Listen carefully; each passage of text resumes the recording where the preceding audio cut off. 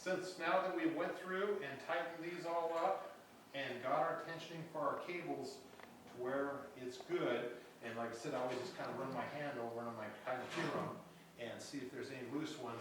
Always go back to the starting point and just double check there and kind of work your way through, make sure there's none of those cables hanging and tensioning incorrectly. They should be all pretty evenly tensioned.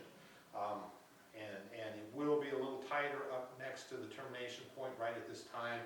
The cables will even out with a little bit of time, but right at first it'll be a little tighter at the point of termination. So we've got this all put on, and these little swaging barrels that I talked about are all in there, and we'll talk a little bit more about that. And we'll talk about the swaging tool that comes in the kit that you use from Grayling Construction. This is the swaging tool, and